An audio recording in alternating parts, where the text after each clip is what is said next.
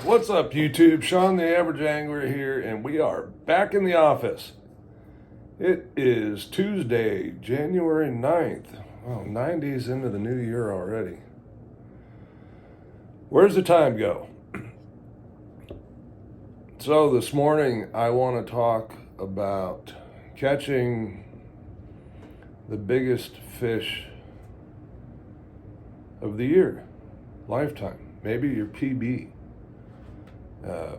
I've mentioned it in some of my jig videos. I've mentioned it in some of my other videos. The full moon in January and February can be key times. So today's the 9th. The full moon is due to appear, it says, on January 25th. What does this mean to you? If you're somewhere in the lower half of the country where you can fish year-round, the days are getting longer again, slowly but surely. And to me, that January full moon signals to the fish that it's time to start getting ready for the spawn. So they need to start fattening up. They're going to be at some of their biggest sizes of the year. The egg development's going to start, and they need lots of protein. The full moon always tends to bring the big girls out, but there's something special about January and February. It's when I caught my biggest. On a full moon, on a slammer, trout type wake bait, right? I believe it was January, it might have been February. But this is the time of year when I catch some of my biggest fish. And it's not rocket science, to be honest with you. They appear in obvious places: long, slow tapering points, humps, rock piles, you name it. It's basics, right? It's really about being there.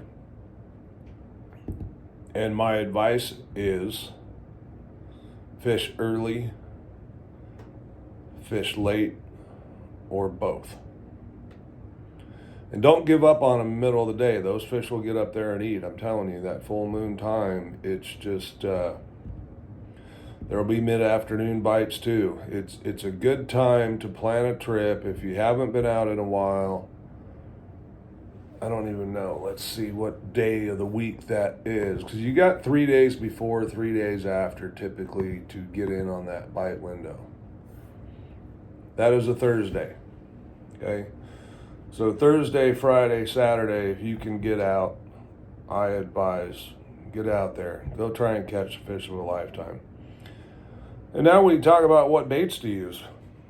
And this is going to depend highly on the type of water you're fishing, the body of water you're fishing. What's the forage base?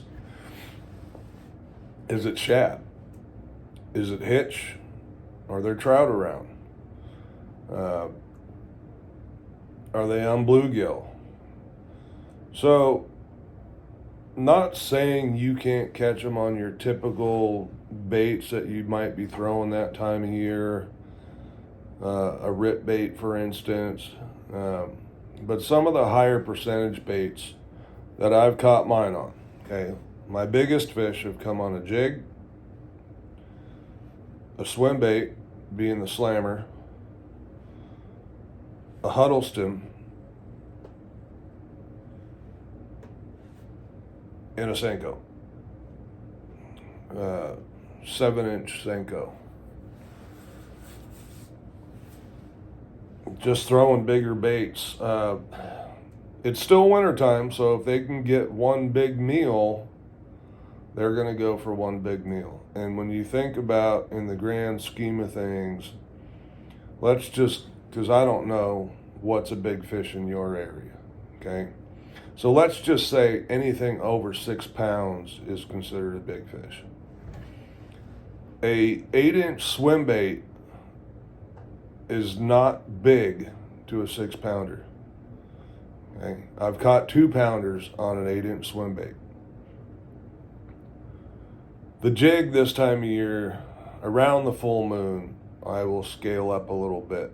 Not as much skirt trimming, use a bigger trailer, still something that's more on the dead action side, but I might go to a bigger profile. You're still fishing the jig slow. Now, the other thing that can come into play is the big deep diving crankbaits, underspins with the bigger bait on it. The hot bait right now, as far as the underspin, seems to be the G-Rat Slim Swim, I think it's called. Yeah, you got to get out there and throw them. The A-rig can be a good one depending on your body of water. If your fish are on shad, they don't have trout, hitch, some other bigger bait fish that they're eating, gizzard shad, then the rip bait might come into play. And the rip bait can still come into play. I mean, some of the biggest fish ever caught on the Delta in the wintertime were on a rip bait. I just tend to lean towards a swim bait or a glide bait.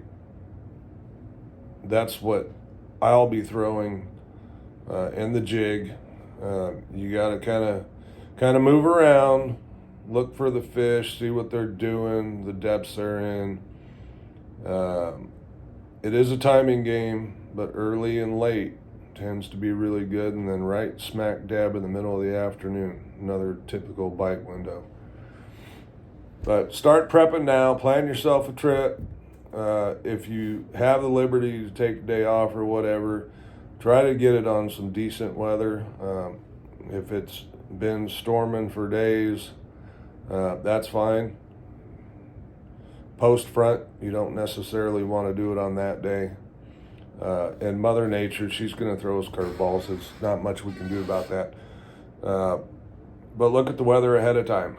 Try and get an idea, try and plan your trip. Try and pick a body of water where those bigger fish are at. In Northern California, it could be Don Pedro, could be Folsom, Berryessa, Clear Lake, and a slew of others. But those are the big ones that I'm going to focus on. And probably Berryessa and Pedro would be my two choices. That just suits the way I like to fish a little bit more.